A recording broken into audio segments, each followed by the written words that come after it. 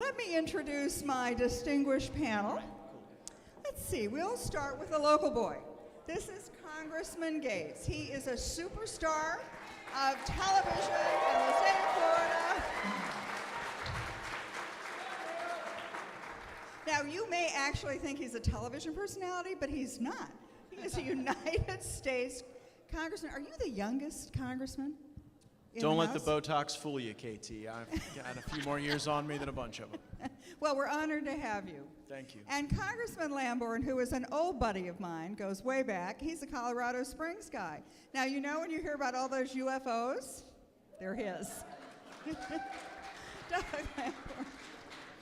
And I am very proud to introduce the congressman from Idaho, Russ Fulcher, who happens to be the congressman for my for my fourth of the fifth child, and the son who was always an errant boy and a naughty boy, but he is now your constituent. We'll keep him in line. And you keep him in line in Marsing, Idaho. So from Western Idaho, Congressman Fulcher. And let me introduce you to Pete Hegseth, who I've known for a long time. He's a war hero, and he is, in fact, the real deal. I first met you. You had just come back from Iraq, I think, and you had found an organization called Vets for Freedom. You're right. You want to tell us a bit about that? Well, it was an Iraq and Afghanistan War Vets organization. There were very few people that had our backs truly, and KT was one of them. And she was willing to spend her time and expertise to listen to just a bunch of old vets that were coming home and wanted to win their war. So I've always been grateful. So for we are KT. really thrilled to have you here, Pete, and we're more thrilled that your wife Jen is here, who is the better half. Right Jen, over there. where are you? Yep. And the only people who are brave enough to bring a 3-year-old to CPAC, their daughter. I have a daughter who just had a baby too, and I think the whole point is if we can't convert people to conservatism, we're just going to breed them. Absolutely.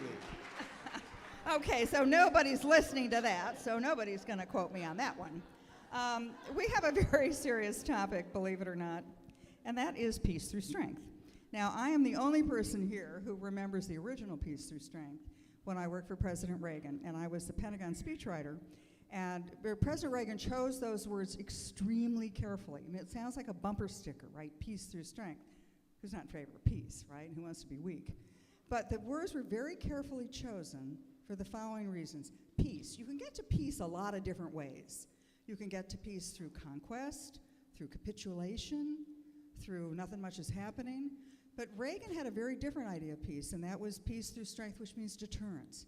He wanted to have the strongest, toughest military in the world, so nobody would pick a fight with us, but we wouldn't go looking for fights. We had our forces that would defeat any country in the world, but we were not going to go looking for foreign battles to fight. And Reagan didn't go to war. Donald Trump didn't go to war. Strength was also very carefully calibrated. Peace through strength. Now, strength can be a lot of different things. It could be economic strength, it could be moral strength, it could be military strength, technological strength. Reagan felt that it would be all of those things and more. Now, when Donald Trump adopted the policy of peace through strength, I was with him during the campaign, and I'd given him some foreign policy briefings, and I sort of turned to him, and I said, you know, Candidate Trump, I think it's really great that you're doing this great homage and tilted the hat to Ronald Reagan about peace through strength. And he looked at me like, I don't care about that. I'm Donald Trump. I'm going to make it my own. And he did. And he made peace through strength his national security policy. And we have these gentlemen here on the stage today because they're going to talk about what happens next. What not only is peace through strength in the Reagan era, which I'm going to ask Pete to talk to, but also where do we go from here? Because we now have a very different foreign policy, which I think most of us agree is going to be a complete disaster. I think he's Jimmy Carter 2.0. But I think it's important to talk about how it evolves. I talked to President Trump about a week ago on this topic about, we were talking about foreign policy, and he said, they never would have had the nerve to do what they're doing with Iran. Iran would never have the nerve to do these strikes, the missile strikes against our American forces in Iraq. And the Chinese would never have the nerve to stand up to us because Reagan's, Trump's policies, that peace through strength, really kept the world safe. And whatever you want to say, Donald Trump, he really walked the walk. Anyway, enough about me. I want to ask Pete, you were there. I mean, you fight the fight. And tell us about your experiences and how you think peace through strength, what does that mean, and where do you come down on foreign policy now and going forward? Absolutely. So, KT, thanks for having us. Thank you all for being here. Yeah, thank you. For sure. Listen, you're here to see Matt Gaetz and all those other guys. I get it. It's okay. This is such an important discussion, and I think what KT has articulated and what President Trump has talked about is a very important pivot point for the conservative movement as it pertains to foreign policy. And I would put myself in the middle of that pivot point in that part of knowing what you stand for is knowing what you're not. And I would call myself a recovering neocon, a recovering neoconservative.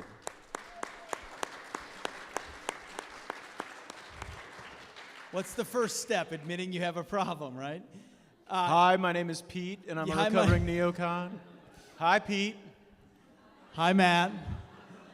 That's exactly right. But I think if you look at neoconservatism, which effectively took hold inside the Republican Party after 9/11, because there was a desire for a robust response that was seen as more comprehensive. I mean, neoconservatives are effectively liberals who didn't want to be pacifists, right? After the 60s. So true. And so they wanted a more robust foreign policy, but they were always liberals. And so we see many of the architects of neoconservatism who can remain nameless, maybe Matt can name them for me later on, who are now revealing themselves as liberals because that's what they are. But that was adopted as a foreign policy after 9/11 because we wanted a robust response to what happened to us. And this idea that we could export freedom to solve the problem in a bigger way, right? So this idea that human nature is malleable, that you could go into foreign countries like Afghanistan, which is biblical times with AK-47s and cell phones, and remake a civilization into a vibrant Jeffersonian democracy, which is always a fool's errand. But we wanted to tell ourselves that that was possible. And so we invest in sending girls to school and doing things that are wonderful and sound great, but ultimately, when the Taliban still remains the kind of power that it has, ends up spending thousands of lives and trillions of dollars to get us exactly where we started, which is now eventually a peace plan with the Taliban, the same people we were fighting to effectively end a war we've been fighting for 20 years at a stalemate with the cost of taxpayer dollars. It's really hard as someone who led a platoon in Iraq and was an advisor in Afghanistan to admit that the things you've been trying to do for a couple of decades maybe didn't have the outcome you desired. And when I met KT, it was as a frustrated platoon leader who came back from Iraq, felt like we didn't have enough troops, we were not pursuing the right strategy, and if only we did, America, the place where anything is possible, of course we could win the war. And actually, we did do some very important things through the surge in Iraq in 07, 08, and 09.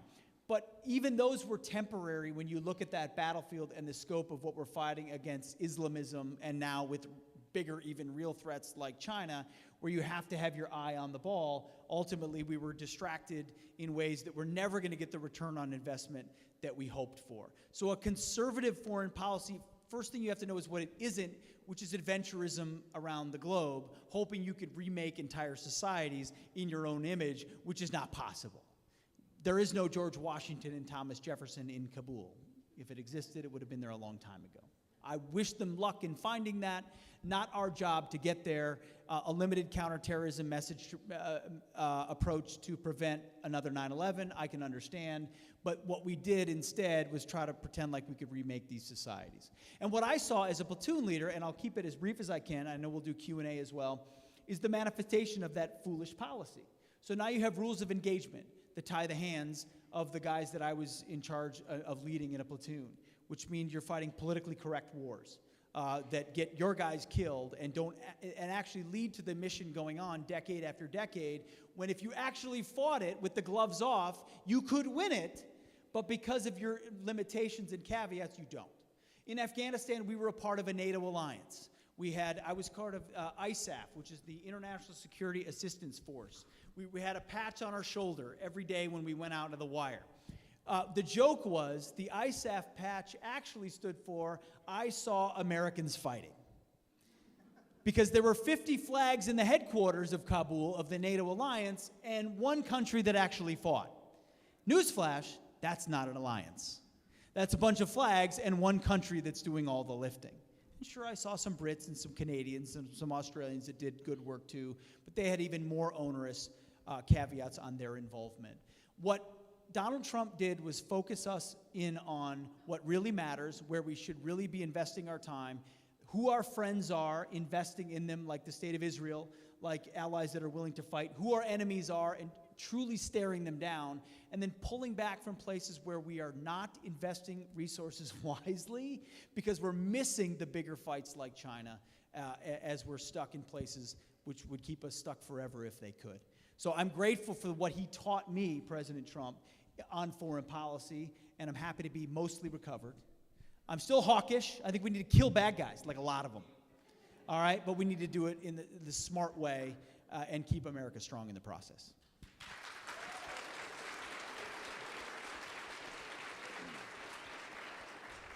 If I could just point out the real revolutionary stand that President Trump took. You know, remember back before President Trump ran, before he was the first guy to really say the emperor has no clothes. Before him, everybody said, oh, Iraq, Afghanistan, if just a little more money, a little more time, a few more American lives, it'll all be fine. And he was the first one to stand up. He had the guts to go against That was gutsy, because the he was orthodoxy right. of He the had real Republican guts. Party was hawkish. Yeah. And what if the condition on the ground is that you'll never meet the conditions on the ground? And that's the question he raised, and that was a difficult stance to take. At the time, Yes. he knew he was going up against all the conventional wisdom. I mean, now, of course, everyone's come around to his way He of was thinking. going up against me and conventional wisdom at the time. So I God was bless small. He President was big. Trump. You know, one thing, your whole point about the military and what it did to our forces. You know, Congressman Gaetz, as I understand it, you represent probably the most number of veterans and military districts, and you do. You have veterans. Oh, you guys Doug's are gonna got the fight most over this veterans. I now? think I've got the most active duty. Oh, you I've have got the the most active duty. That's why you got the two of us. Oh, yeah. Okay, so I thought everybody retired to When Florida. they're wearing the Not to uniform, Colorado? they're in my area, but Doug's got more veterans. But I tell you, KT, that informs my perspective on foreign policy. Pete's perspective is informed by going downrange and forming that band of brothers, that unity, that common sense of purpose, and that's a critically important perspective. My whole life, I have seen the impact of these forever wars in the faces of the people I love most in Northwest Florida. I've seen the parenting interrupted. I've seen the marriages destroyed. I've seen the drug abuse, the suicide, the trauma to children. And I have started to wonder whether some of these places are worth it. And I do not think they are. I don't know what the hell we are trying to win in Syria. You know, we were promised peace through strength, but with Obama and with Bush, we got war without winning. And it is my perspective, it is my belief that oftentimes we are engaged in conflicts and these low-yield wars, not to win them, but to stay in a state of perpetual war. A way to enrich defense contractors, a way to ensure that lobbyists get more powerful, that politicians get reelected. Often the neoconservatives wrap themselves in the flag, but there's nothing inside. Because there is nothing patriotic or courageous about sending America's best, about sending our treasure, about spilling our blood in these distant lands that many Americans couldn't point to on a map. And there's no out. You know, Bush and Cheney were called cowboys for their adventurism abroad, but that is a slur to cowboys. Real cowboys understand how to be judicious and temperate. And while I understand the cowboys fought the Indians in the United States of America because they probably wanted their land, we don't even want the land that we're fighting for in some of these places. And I think a real cowboy would have found greener pastures than Afghanistan, and it wouldn't have taken 20 years to do it.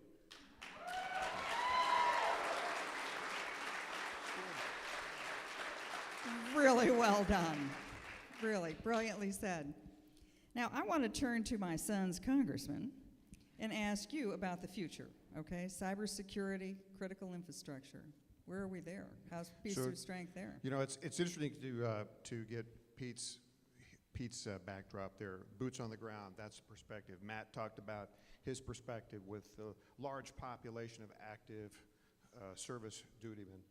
And mine, comes from 24 plus years bouncing around the world in the technology industry, doing business with all these countries and seeing, quite frankly, that so many of them hate us. And part of the reason that they do is because we have been so prosperous. And our system, our governance, our incentive structure has made us prosperous. But now the whole battlefield has been reset. There's not just traditional threats that we have had over the years. When you defend yourself with traditional military might, that's one thing. In order to do that, you've got to have critical mass, tremendous amount of financing. You have to have education, technology, and probably, arguably, some might say China, but America probably has no peer when it comes to that. But there's a whole new complicated battleground that is changing all of this, and it comes in very complicated fashions, and that's through the cyber area. And so now, with relatively very little cost, and a point of attack that can be anywhere there's an internet portal, there's digital ways of tremendous interruption and disruption in our lives. It starts off with a computer virus that is designed to steal your data or to deny you access. But it's morphed into sophisticated ways to where power grids, power generation, industrial complexes, utility structures, intelligence resources can be tapped and have tremendous impacts on us. And so when we go to fight that battle, yes, you've got to fight tech versus tech, and we're doing that on all fronts. The private sector is doing it, the government sector is doing that. But now there's one more thing, and I think Matt's going to talk about this a little bit from his perspective too as we go through this. But there's one more thing that's critically important, and it's how social media has become a partner with all this cyber things. Think about it for a second. You've got these social media entities that have done a masterful job of collecting data on all of us and networking all of that. So here are these data fields with information. Couple with that now, what's called 5G, incredibly fast ways to connect, interconnectability, AI, artificial intelligence, learned behaviors. You mold all that together and you've got a very, very serious threat that all of us have to face. It's a whole new battleground, KT. Terrifying, but more on that in a minute. Congressman Lambert, I want to tell you that when I was in the White House Situation Room, I was President Trump's first Deputy National Security Advisor. And when we held our first meetings in the Situation Room, we went around the room. And, what are the areas we're going to focus on? China, cyber, et cetera. And we talked about the Middle East. And Jared Kushner said, well, I think we should focus on the next generation of Arab leaders. And I, of course, of a previous generation, said, well, no, wait, those aren't who they're kids. They don't know anything. They're kids. I mean, I think we should look at the seniors, the leaders, the actual kings, And Jared said, no, you have to understand that in the Middle East, 75% of the population in most of the Arab countries is under the age of 35. They don't look at the prince this and prince that as the younger generation. That's their generation. And so from that sort of understanding, that light bulb that went on, President Trump, through Jared Kushner and others, and you included, pursued a very different path in the Middle East and the Abraham Accords. Could you elaborate on what that meant and how it happened and what it means? KT, great to be with you again. And it's peace through strength. It's peace through strength because the people of some parts of the world understand strength. Osama bin Laden said, who's got the strong horse? whoever has the strong horse will be respected in some of these lands, some of these Muslim and Arab lands in particular. And if you show weakness, if you show vacillation, if you waver, you're not going to be respected. That's what Donald Trump did. I'm afraid when you said that Joe Biden was going to be Jimmy Carter 2.0, I think it's worse than that. He's going to be Barack Obama 3.0. Because Barack Obama had a policy of hurting our friends and helping our enemies. He put distance between himself and Benjamin Netanyahu, for instance. He cozied up to Iran thinking, oh, let's give them $150 billion of relief from sanctions. Let's give them $1.5 billion in pallets on a plane, just cash straight up, and they'll change their ways. No, they've been fostering terrorism, promoting terrorism all over the Middle East. And it does not work with the Iranians. This is an ideological regime that hates the United States, hates what we stand for. They hate you and me because of what we believe, what we stand for, not anything we've done. And that's not going to change. So it's showing strength to the Iranians. It's showing strength to the Arabs. It's being a friend with Israel. I don't know why Joe Biden, I know he takes a lot of naps, KT, but couldn't he have found a time to call Benjamin Netanyahu and Netanyahu to make a telephone call? You think he would have gotten to that in the first week, not the first 6 months? Besides taking a whole month to call Benjamin Netanyahu. Israel is our strongest ally, maybe in the whole world, but certainly in the Middle East. And to put distance between us and them, to say, oh, we're going to start giving money back to the Palestinians, even though they turn around and pay terrorists who are languishing in prison and pay them more, the more Israelis and Jews they kill, pay to slay. That's the kind of horrible policy that Joe Biden is going back into. I thought we were done with that with Barack Obama and when we had Donald Trump and a breath of fresh air. Amen. All right, I want to talk to the two of you. And we're going to, by the way, I'm going to ask like one or two more questions. And you guys, can I ask Pete a question? Oh, you please do. So, Pete, you walked us through this Reformation informed by a unique firsthand experience to now understand the gravity, the complexity of the challenge, and the need for a more reserved and focused foreign policy. Is there anything, any moment, any experience that was a specific catalyst, and would any of them work on Liz Cheney?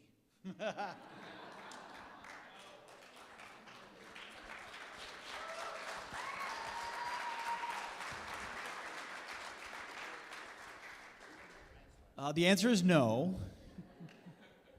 But your point is well taken, and I think, and I don't mean this to be, to make it all about Trump, but the catalyst was the conversation that he triggered.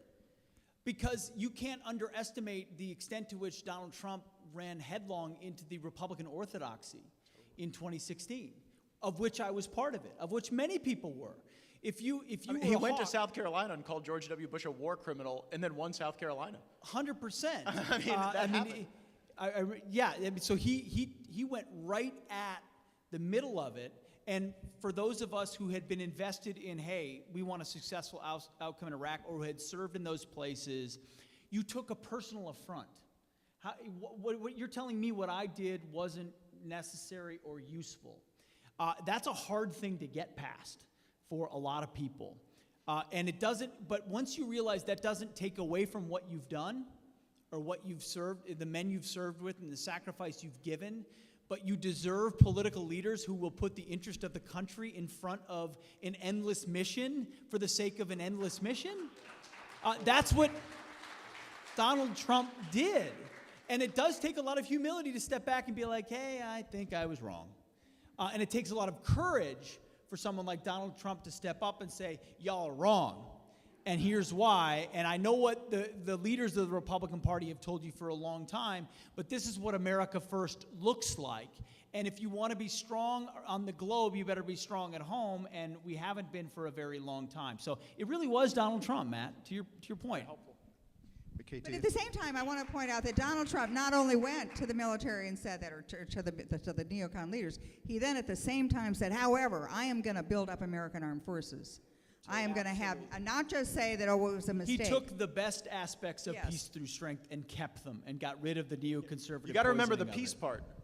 You know, I mean, like, We're the Peace Party. We pretty are the important. Peace Party. Donald That's Trump right. has not gone to war. no, that's what I'm saying. Joe The Biden's already first sent one. troops into Syria. Well, on gonna be Syria, right KT, back I want into to a ask war you in a the Middle question, East. KT. So we see this movement now in northeast Syria where these coalition-backed forces are rolling back in. You know, you've been in these analytical discussions and in these briefings at a higher level than everyone other than probably Mr. Lamborn.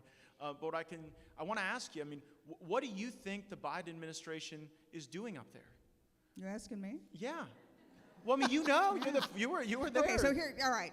We're actually going to make him the moderator of the panel. Challenge Here's accepted. what's going to happen. John Kerry is going to convince everybody to stop fracking, right? So America's going to go right back to being dependent on Middle East oil. That means gasoline prices are going to go through the roof. You think $6 sounds expensive? Wait till you get to 10. We're going to shut down fracking in your state. Then he's going to turn around. So America will no longer be energy independent. The whole secret and the core of Donald Trump's policy was make America energy independent. It'll fix our economy, and it'll get us out of the Middle East. We won't need their oil, and they can do whatever they want to themselves. And then the next thing he's going to do is he's going to get back in the Iran nuclear deal, which was always a fraud. I mean, you know, Pete, I've heard you on the air talk about this. The Iran nuclear deal never stopped Iran's nuclear program. Never. It put it on pause for 10 years. Well, the clock has been ticking, and guess where we are now? They get that Iran nuclear deal. Iran has nuclear weapons within the decade. And then what do you think? All the other countries, right? The people that you're talking about, they all want nukes. They've got a nuclear arms race in a part of the world where they shouldn't even be playing with matches. It's so dangerous. And then what he's going to do with China and cyber, he's already kowtowing to China. Now, they make great speeches, so we're going to be tough on China. But you want to know what he's already done? He's already allowed Americans now to invest in Chinese military programs.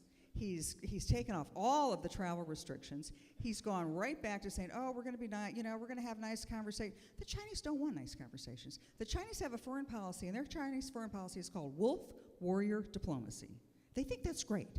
And they are using that wolf warrior diplomacy and that strength to crush anybody who disagrees with them. So that's what I think it looks like. It looks like China's in charge, back in the Middle East, potentially at war in the Middle East. Oh, by the way, the Europeans haven't even gotten to them yet. Angela Merkel, the German chancellor, she's already cut a European Union trade deal with China, and she's just said to Russia, we want to be dependent on your natural gas. Oh, but we have to have 35,000 troops in Germany. Oh, yeah, and guess Now, what? I think this is an issue where Doug and I disagree, and so you make it gotta a little pay for sporty them. up And here. Biden's put them back in. But, I mean, when Donald Trump said, you know what, we could probably hold Germany with 25,000 troops instead of 35,000 troops, and he wanted to bring those folks home, the House Armed Services Committee, with a bipartisan majority, with Doug and I voting on different sides, took action to make it harder for Donald Trump to bring troops home from Germany. And the answer when we said, well, what, are we trying to, you know, stop the Russians from invading? The point that was made was your point, KT, is that the Germans are buying energy from the Russians. It's unlikely that someone is going to invade their own customer. But I think the problem is that these military contractors want to have as many of our brave men and women spread all around the world as possible because somebody's got to sell them toilet paper, somebody's got to provide housing, somebody's there preparing the MREs, and it is all about money, and I resent the hell out of it because when I got to go stand next to those caskets that are draped in flags, when I have to see not the dregs of America, but the best, these young men and women who have like 8% body fat, speak 5 languages, have kids, they're the ones who volunteer in the classrooms, who coach the Little League teams, and when they're coming back in those caskets, it breaks my heart because I don't know that we're fighting to win, and these people who want to send our troops everywhere have too low of a view of what America is. There was this neo-libertarian view that like, well, America is not a place, it's an idea. Nonsense. This is our home. This is a place, and if you think that you can replicate America in the deserts of the Middle East, you are seeing a mirage in that desert. You cannot build democracies out of blood and sand and Arab militias. And I believe what we have here is so special, we cannot export it like some product or some service. It is because we are who we are. And when we try to replace our society with people who come to our country illegally, and then we try to export our society to some distant land, we dilute what is so special about America. The best way to show peace through strength is not to have weakness with a diluted, over-deployed force in unconstitutional wars. The way to show peace through strength is to be the most inspirational version of ourselves, so that any of these other places, they will find generations of patriots that will fight their revolutions and wars, and they will tell stories about their national heroes, and they'll never let a strong man take their freedom away ever again. Woo!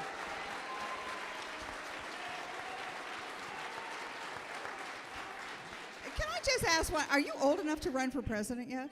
No. I got a presidential candidate in 2024, and he is a Florida man.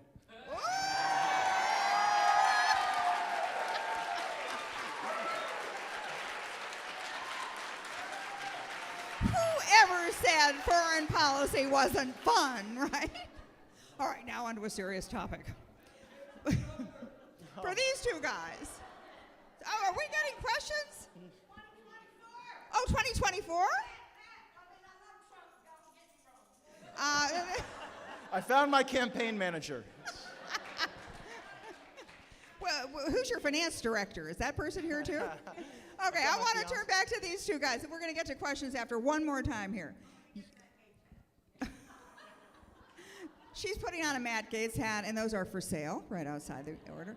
Now, Pete Hegseth made a really good point, which is when we were so concentrated on the Middle East, we took our eye off the ball on China. And you've made the point of cybersecurity, and the next battlefield is not necessarily going to be in the Middle East. It's not going to be a land-based war. It's going to be in cyberspace. So I want the two of you to tell me how we're going to be protected in a cyber world against a Chinese adversary or Russian hackers. You can either one go first. So there's a difference, a lot of differences, but one of the differences of the struggle we're facing right now is we are helping to finance the war against us because it's American companies, it's American investors that are fueling a lot of the employment in China. Remember the Cold War with the USSR?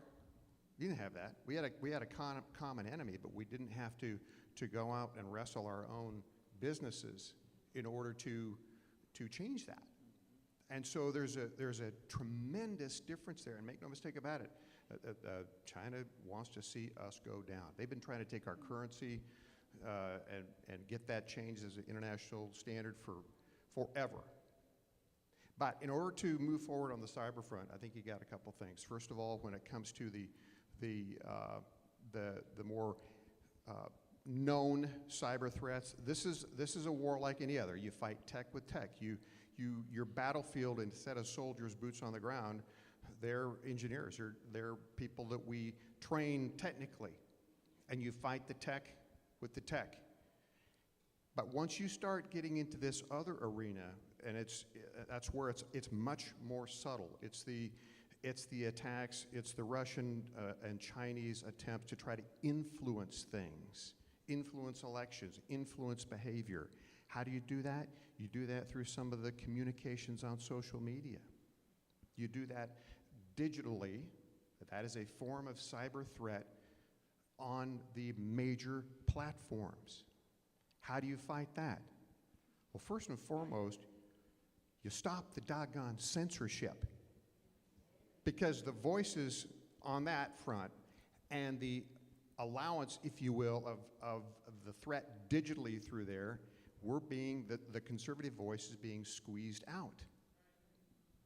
Another way to do that, and these are things that a number of us are working on, is we have to define and put a legal stake in the ground of who owns that data. Everybody here is being monetized. If you have one of these things, you are being monetized, your behavior. That is a form of cyber threat. We need to legally put a stake in the ground that says you own that data. If they want to go sell it to American business or any business for that matter, maybe they pay you for it. But the bottom line is we have to do some things. We need to own our data. We need to train up our own digital soldiers, if you will, to compete on that front. And we need to put a stake in the ground on that front, KT. That's probably the best thing we can do on cyber. Great. Pete? Absolutely. So America won World War II. We created an international order that was meant to benefit the West. It manifests in institutions like NATO and the UN. Donald Trump comes around and says NATO is an alliance that's totally antiquated because it doesn't actually help us, and we're spending all the money for them to defend a continent that should, by this time, be defending themselves. And then you have the United Nations, which is full of an automatic veto from countries in the Security Council, from countries like China and Russia, who are not our friend. We should chop it off of Manhattan and let it float off into the East River. Okay? We don't want to pollute the East River. What? We don't want to pollute the East River, but go ahead. That's right. More than it is. You've got these institutions that were meant to serve American interests that no longer do. And then you've got the communist Chinese who have their own Chinese dream. They write about it. They talk about it. It has nothing to do with the American dream. It has everything to do with the collectivist view that their system is superior. And they believe our system is foolish enough to allow them to infiltrate, which of course we've done. So to the gentleman's point, we had a absolute, our corporations may have headquarters addressed in the United States, but they serve the interest of China. And we have to reach a point. And Donald Trump has done this, and we need to go further with it. Are you an American company or not? Because if you're not, then you need to go somewhere else. And if you are, you need to serve American interests. Because you're benefiting from American capitalism, and you're enriching themselves by playing by the rules of the communists who seek our destruction. And maybe regional dominance for now, but the Chinese have much larger and longer ambitions than that. They think the last 80 years are a hiccup for them, and that their system is superior. And we have been distracted since the Cold War ended in the Middle East for reasons that are just understandable after 9/11, but we know who the big threat is right now, and it's the communist Chinese, who have an economy that's gangbusters, tentacles all over the globe, with trade deals that are enslaving other nations to be totally subservient and debt dependent upon them. They use social media and tech to drive that agenda with 5G and Huawei and things like that, and we're left holding the bag.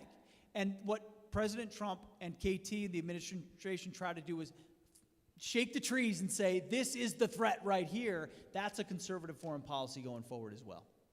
And just to add to what you've said, the Chinese have always had a plan that they were going to replace the United States as the dominant power in the world and then rewrite the rules of order of the world to their advantage.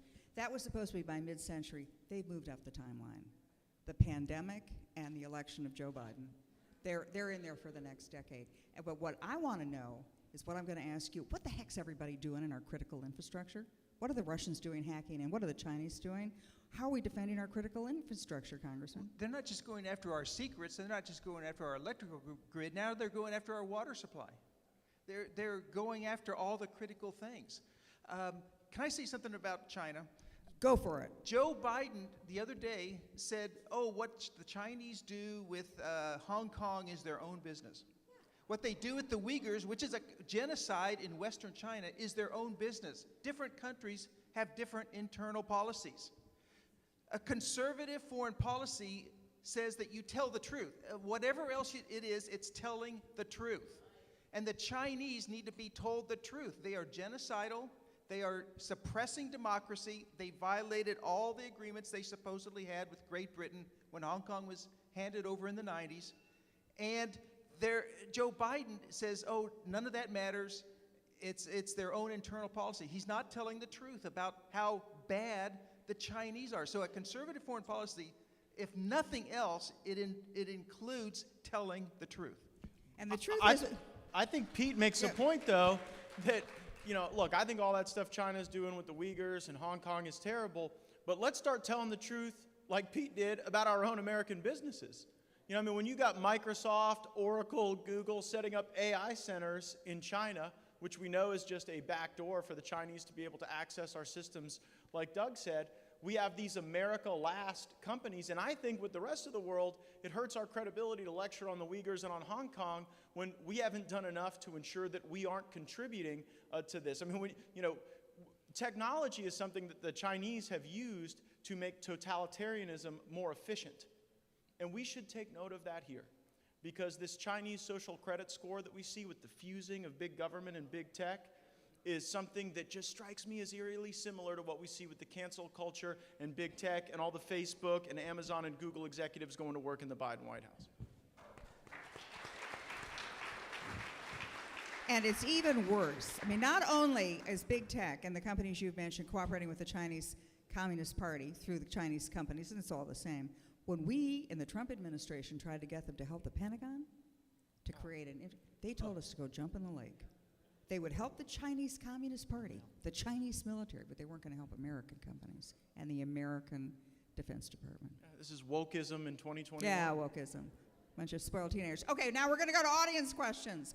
I'm going to call this lovely lady from the front, and you are going to scream out your question so we can all hear you. Is Taiwan going to be our next war to try to stave them off from taking over the Quad? Okay. That's a Doug Lamborn So this is a Doug Lamborn question, and the question is Taiwan. The Chinese president, Xi Jinping, has basically last week told the rest of the world, hands off Taiwan, we're going to do what we feel like, and that's our red line, and they are sending fighter planes over Taiwan. What happens? One of the things I would like to do more with Taiwan is let them be armed with some of the best weapons in the world so they can defend themselves first. If they have some of these ship killers, missiles that are going to sink troop ships and things like that, or any kind of things that come over from the China mainland, should that day ever arrive, God forbid, then the Chinese are going to think twice, 3, 4 times before they do that. The Taiwanese have some capabilities. They don't have nearly the submarine capabilities they should. They don't have the rockets and missiles that we have, the best generation of our stuff.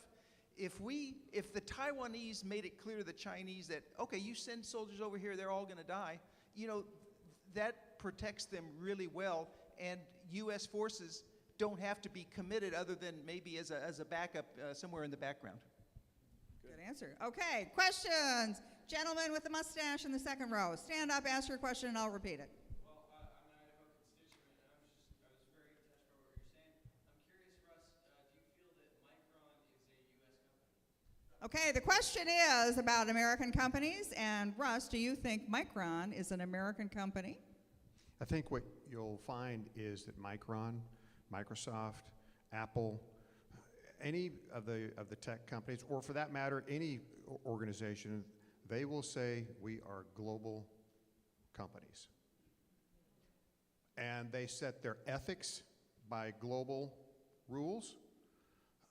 They avoid or pay their taxes by global rules. But you also have to look, where is their investment? Where is most of their dollars and cents? As you know, it used to be Boise, Idaho. That's not the case anymore. Boise is several rungs down in terms of the employment, where the investment goes. The new products, the new investment is coming out of China. And so I think they would answer global. I would answer today, they're more Chinese than American. Ouch. Okay, gentleman over here, plaid shirt. Shout out your question. This is a fun foreign policy lecture. Perfect. So, Matt Gaetz, you're awesome. I would love for you to give one of our senators here in Florida. But since this is foreign policy, I would like to get comments about immigration. Okay, so we're going to dodge the question about when you're running for the Senate. I am not running for the Senate. I have no dodge for that. If I want to be in a senior citizen living facility, we've got better ones in Florida than the United States Senate. So I ain't running for the Senate. I do believe you make an important point about the intersection of foreign policy and immigration policy, because what we see right now with the Biden administration repurposing resources that we'd intended for border security into welcome centers, they have empowered the cartels with a tremendous messaging tool. And the cartels right now are recruiting, they're reactivating the flow of humans and all other activity in Central and South America. And what that does is it degrades borders. You see, if you got people moving around in these caravans, then the notion of the nation state is diminished, and that creates a very permissive environment for them to be able to operate. And without getting into too much sensitive information, we know that the people crossing the southern border are not just from Central and South America. There is a substantial Lebanese diaspora in the tri-border region in South America. There is intense Iranian activity in Venezuela, and I am concerned that we have been so focused on the Middle East that we've forgotten about our own hemisphere and what's happening here. And I think that we ought to sort of take care of our own neighborhood in the Western Hemisphere and build resiliency here before going on misadventures in desert sands. But we could chew gum and walk at the same time. I think we can do both. Well, why do you want to go fight over there, Doug? No, I mean supporting Israel. That's my view of the Middle East. Yeah, well, I think that's the way to not fight. The Abraham Look, Accords. we were all told that Iran was going to build this, land bridge across Syria and Iraq, and they were going to threaten Israel. And as that started to go on, and the Iranians started setting up those camps in southern Syria, well, those camps were vanquished. They went away pretty quickly, and a capable Israel is actually what reset deterrence and preserved peace. Absolutely. And Israel, the Israelis have always said, we don't want you to defend, we want you to give us the ability to defend ourselves. We don't want you to do it, we're going to do it. You just got to make it possible for us to do it. Like with Taiwan. Like with Taiwan. Great analogy. Okay, gentlemen in the back row, you got the khaki pants. Yeah, you. Stand up, shout your question. Part of Reagan's foreign policy was also to support people who want to fight for freedom, like the communists in the war we had in Afghanistan. It was supporting people who were fighting against the Soviets. How does that strategy kind of fit into Trump's peace through strength? Could that be effective today with Iran? Okay, the question is that in the Reagan era, it was you were going to empower your enemy, your friends, to fight for themselves and to defend themselves. What happens in a Trump era? And I'm going to ask you, Pete, because you've been there. Well, listen, I think proxy forces are, of course, always more preferable to American boys, and that's an easy answer. Talking about America first doesn't mean America retreat or American disengagement. To what was said by the congressman, supporting the state of Israel and their ability to defend themselves is fundamental to understanding about maintaining our own security and security of the West. It's no brainer. So if there are places in which people yearn to live free, there are far more efficient ways and manners in which to support those people than deploying the 101st Airborne. And I do support clandestine and other ways in which small numbers of troops in the right places can be catalysts for opportunities that may not otherwise present themselves. But we better be clear-eyed about the fact that just because you've broken something doesn't mean the solution on the other end is going to be better. And how many times have we seen, as we tinker around the globe, the outcome actually is something we didn't anticipate, maybe far more radical because they have grievances about the way in which we intervened there. Sometimes we're a little smart for our own good.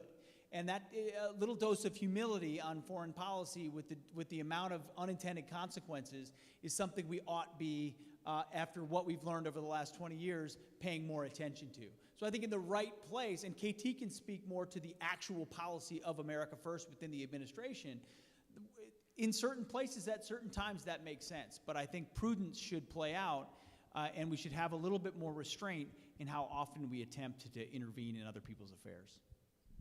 KT, yeah, thank you. One of the things that the Reagan administration, other administrations have utilized in place of military force are sanctions. Now, I want to just make sure and connect a couple of dots there. We talked about China's aggression on a number of fronts, including cyber. Why do they want to change our currency? Why do they want to undermine that? Why do they manipulate the markets or influence as much as they can?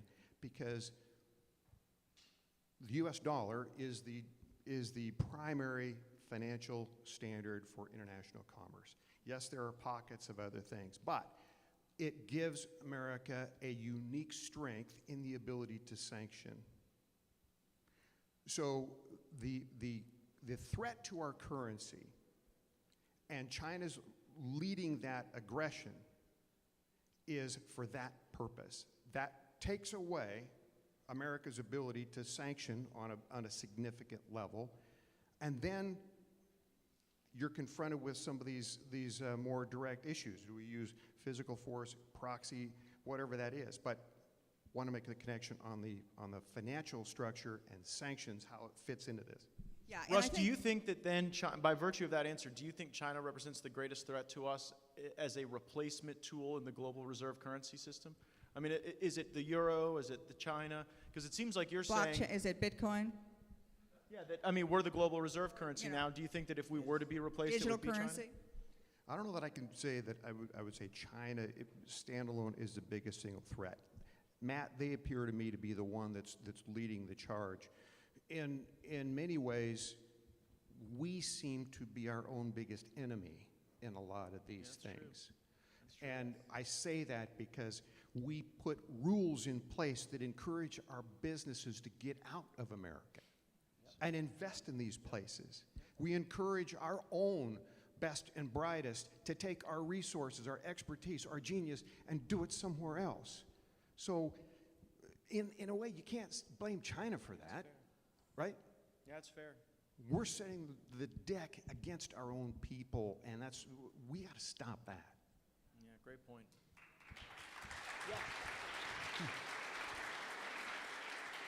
KT, you mentioned Bitcoin. The biggest advocate for Bitcoin is the way we print and spend money today, because of the inability to have full faith and confidence that the U.S. dollar will be that currency going forward. People are looking for an alternative. And what China's trying to do is establish a digital currency that they control. And that's their workaround. Now, the reason that sanctions work, if I can explain, because at the beginning of the Trump administration, we used a lot of sanctions. And the reason sanctions work is the United States controls the international banking system. So if I'm a country and I want to sell my oil to another country, I have to write a check in U.S. dollars. They have to cash the check in U.S. dollars. To do U.S. dollars, it goes through a U.S. bank. If you can figure out a way to not use U.S. dollars, to use some other currency, trade it, I don't know, for lima beans, then you get away from the American currency and the Americans cannot sanction. They can't get in the middle of it. But as long as we're in the middle of those trades, we can then use economic power to stop, because no country can be out of the international community of trade. And to be in it, you've got to be in it at our permission. Okay, another question. Sir in the front row. Yes, KT, you have a unique relationship with the president in your old days with General Flynn. The question with Kim Jong-un on North Korea and missile defense, and maybe Pete or Matt could address this issue. I think, with the missile defense and also the bad actors, you got Iran, China, Russia, and North Korea. What are your thoughts about protecting America's interest in homeland, and now you throw in the mix with COVID-19? Okay, we're going to let's keep it to North Korea. So North Korea, nuclear weapons, missiles are reaching the United States. Donald Trump's, Barack Obama's policy was strategic patience, which means sort of do nothing. Donald Trump at least engaged. So who wants to tackle North Korea? I'll start Doug, with that. go for it. And I am on the Strategic Forces Subcommittee, where we deal with missile defense daily. North Korea is wanting to hold our homeland at risk. They can right now hold Guam and Hawaii at risk, probably the West Coast. But the one thing they haven't done yet with their ICBMs is to combine the ICBM technology with re-entry vehicles. So that's technologically a little harder to do. When they reach that date, if they only have a handful, we're probably still in a protected situation, because we have 40-some interceptors in Alaska and California. However, North Korea wants to accelerate their technology, their testing, their ability to hold farther and farther reaches of our homeland, Denver someday, ultimately Florida and the entire continental U.S. And the projections are they can do this within 5 years if we don't really keep pace with their threat. We have to invest in missile technology. That is expensive. It's cutting-edge technology. It is proven to be successful in testing. If you have backups, let's say one doesn't work, but you have backups, you're still in a protected situation. So we're doing some great things. We have great men and women doing this day and night to protect our country. But yeah, North Korea, and I liked how Donald Trump was wanting to diffuse the tension on the Korean Peninsula. Kim Jong-un is a difficult or impossible person to deal with, unfortunately. You know, can I just jump in about President Trump? So I was in charge of the North Korea policy. Well, it was a real bonus prize as the Deputy National Security Advisor. And one of the things, so we devised this maximum pressure campaign, but the thing that President Trump did that he did it all on his own, not because brilliant people like me were telling him. He realized that with Kim Jong-un, negotiating was always going to be personal, that Kim didn't care about his people. He cared about himself and being a big shot on the world stage. So when President Trump reached out to him and said, you know, come on, let's go to Singapore. Let's meet in Singapore. And he could show Kim. He could say, look, you know, 70 years ago, 50 years ago, 20 years ago, Singapore was a third world country. Look at it now. It's the most modern country in the world. The second meeting they had was in Vietnam. And what the message that gave to Kim was, look, America used to be fighting in Vietnam. We were at war with them. There are new trading partners now. You could do that too. And then, in typical Donald Trump fashion, he said, let's give him a movie. And so... So they did this Hollywood trailer. You remember that. This Hollywood trailer, and it's really quite corny, but it sort of shows about how North Korea could be this great nation if it only reached out for peace. Now, the reason President Trump did that is he understood personal diplomacy. He knew what Kim craved was a position on the world stage. And if you look at all those pictures of Trump and Kim Jong-un, Kim is like, he's just so proud of himself. And Donald Trump understood, and this is why I'm so sorry we didn't have a chance to do this in a second term. Donald Trump knew that what giveth you could taketh away. And the only person that could give Kim Jong-un that respectability he craved was Donald Trump. And if Donald Trump could pull that out from him, he could get a lot of he could have leverage like nobody's ever had. So again, one of the tragedies, one of the reasons we're going to win the House and the Senate back in 22 and the White House in 24. Okay. Anybody in charge here? How much more time do we have? We're done. Okay. What, are you waiting for the lights to go out? Usually it's when the lights come on you have to leave, but maybe I've been hanging out at different places then. Are we done? Okay. Apparently we have to pay more if we're going to keep the lights on longer. Oh, okay, one more question. You guys, you've been waiting so patiently. One last question. Yeah, there's another session.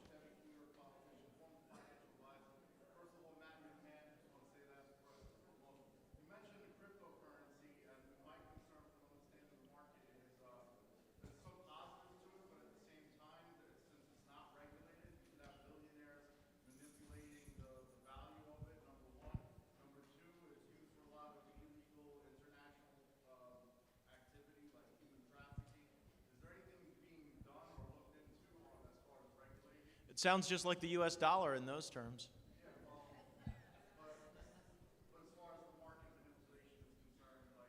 Well, it's just more like the stock market then.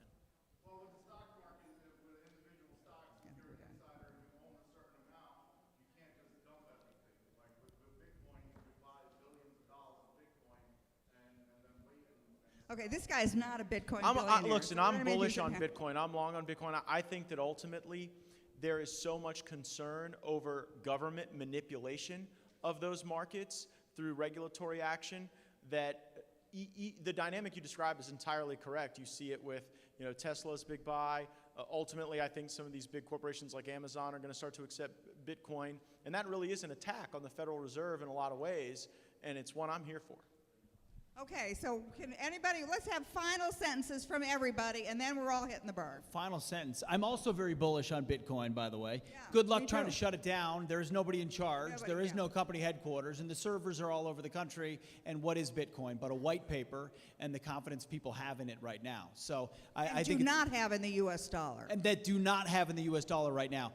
I mean, I appreciate all of you being here on this topic and the commitment everyone on the panel has to this topic.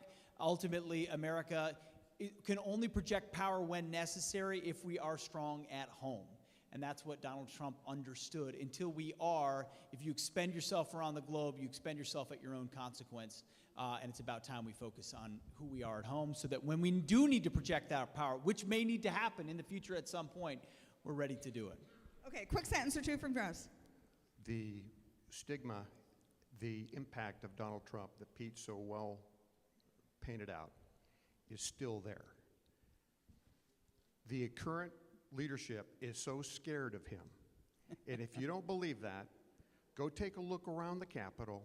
There's a reason why they want to show the Statue of Freedom behind razor wire. There's a reason they want to put metal detectors in the House floor so that it looks like members are threatening members, is because they want to drive home the message that all of us deplorable R's somehow caused this, and this is the result of all of that. And so they're scared to death of him today, Pete. Yeah, they ain't seen nothing yet. Okay, Doug, and then I'm going to ask Congressman Gaetz, and then I'm going to wrap it up. Some And of then the we'll get outta things here. that Donald Trump and his team did were so good, so strong, so powerful that even Joe Biden as Barack Obama 3.0 cannot undo. The Abraham Accords, moving the embassy from Tel Aviv to Jerusalem, rebuilding the military, those are things that can't be undone. So even though we only had 4 years and not 8 years, at least we can thank God for that. If there is one thing that Donald Trump wishes he could have done better in his first term, I truly believe it's human resources. You know, Sessions, Mattis, Sessions, Bolton, Sessions. And one thing I know, because I was there at the Resolute desk, is that KT was fighting for the Trump doctrine each and every day. And I just wanted to use my last moment to thank you for being one of the true fighters and a true, loyal, and successful and productive member of the administration. And I just want to thank every one of you. You know, when people say we're stupid and we're deplorable, we don't know what we're talking about, I challenge anybody to come into this room. You have an engaged group of people who are well-informed, well-educated, and who thought foreign policy could be this lively an experience? So God bless you all, and thank you all, panelists.